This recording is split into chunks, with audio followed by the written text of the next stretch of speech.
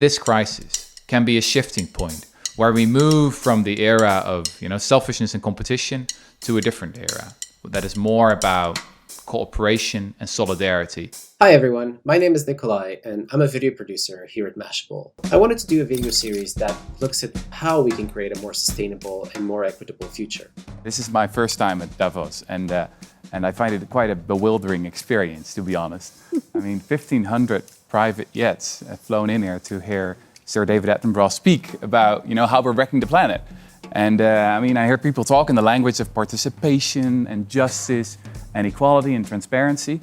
But then, almost no one raises the real issue of tax avoidance, right? And of the rich just not paying their fair share. It feels like I'm at a firefighters conference and no one's allowed to speak about water. My name is Rutger Bregman. I'm a writer and a historian, and I've written 2 books. My first book was called Utopia for Realists. It's about how seemingly crazy ideas can actually become reality. And my new book is called Humankind, A Hopeful History. Tell me a little bit about what you mean by a hopeful history. What is the aim of the book?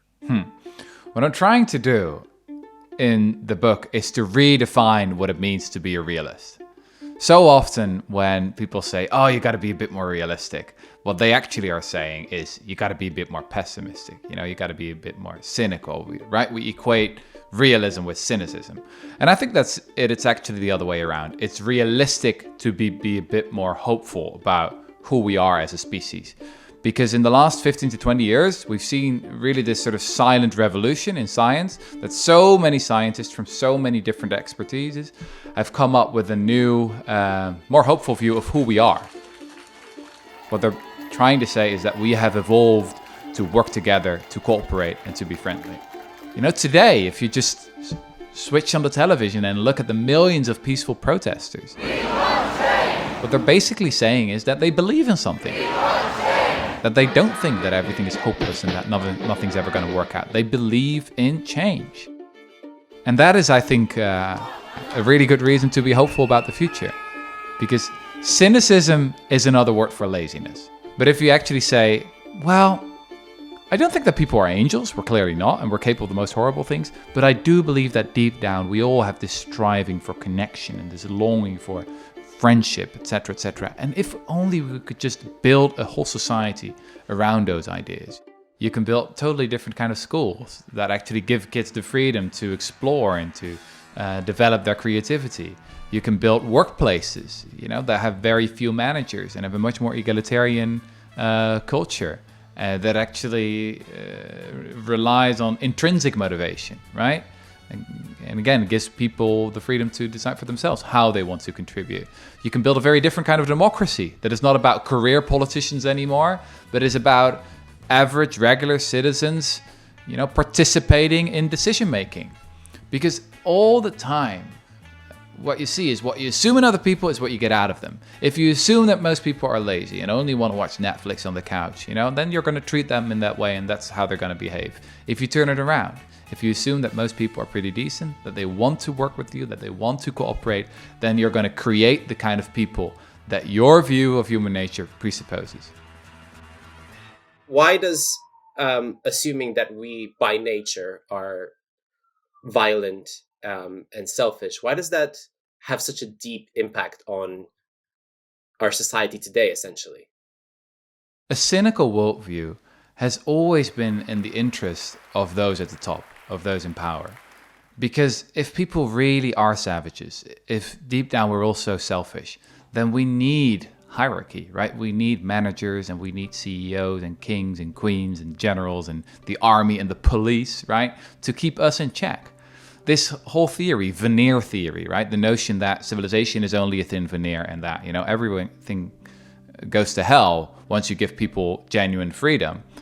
This is one of the oldest ideologies in Western culture, and it comes back again and again and again as a legitimization of inequality and hierarchy.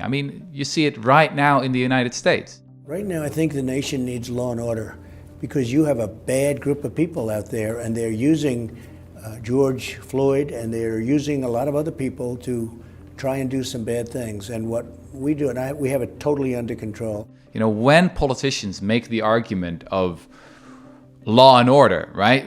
Bring in the police, bring in the troops, etc. They're basically saying, you guys can't trust each other, you know?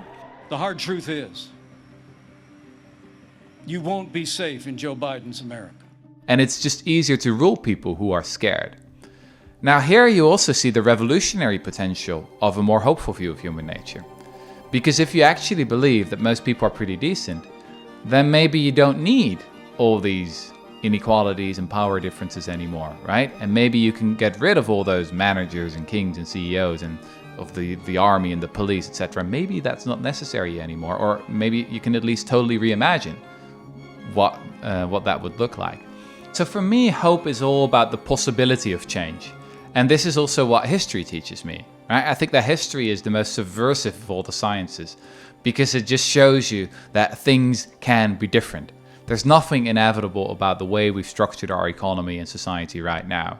Now, I should just point out that I understand that people are sometimes pessimistic, right, and cynical. But then I think it's also too important to remember that they want you to be cynical. Because cynical people, they think it's hopeless anyway, right? They don't go out to the streets to protest. So all these millions of protesters, they reaffirm some belief in the basic decency of people, right? They have some kind of hope.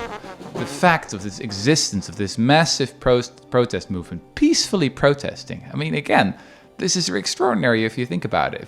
If you look at the horrible police violence, is that still the vast majority of people just have such an amazing self-control and go out on the streets day after day after day.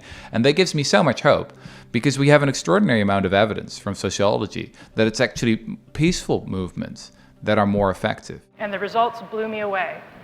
From 1900 to 2006, nonviolent campaigns worldwide were twice as likely to succeed outright as violent insurgencies. And there's more. This trend has been increasing over time, so that in the last 50 years, nonviolent campaigns are becoming increasingly successful and common, whereas violent insurgencies are becoming increasingly rare and unsuccessful.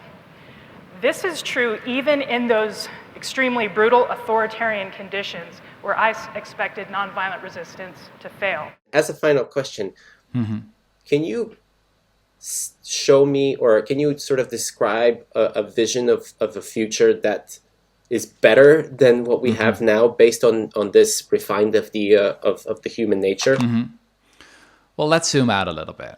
If we look at the last 40 to 50 years, I think we can say that those decades have often been, governed by the values of selfishness and competition, right?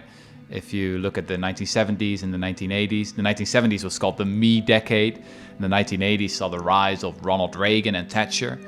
Now everything is changing, right? There's a new generation coming that is so much more progressive than any other generation that ever existed on the planet. Zoom out a little bit again and look at the last 5, 6, 7 years. Ideas that used to be totally unrealistic and unreasonable and were not part of the mainstream are now taken seriously. Universal basic income, shorter working weeks, higher taxes on the rich, a Green New Deal. A vast majority of Americans is actually in favor of those ideas. So I think that should give people hope. And then if you connect it to the current moment, the coronavirus pandemic, what those at the top thought, and we've got many examples of this, of politicians believing that people will be very selfish and they'll start looting and plundering, etc., and hoarding toilet paper. And sure, we've seen a little bit of that behavior, but it's pretty clear that the vast majority of the behavior has been cooperative in nature, right? People working together. So maybe this crisis can be a shifting point where we move from the era of selfishness and competition to a different era that is more about cooperation and solidarity, because we simply need it, If you look at the great challenges that lie ahead, and especially climate change, we need a totally new view of human nature and who we are, because we can only solve these challenges if we work together.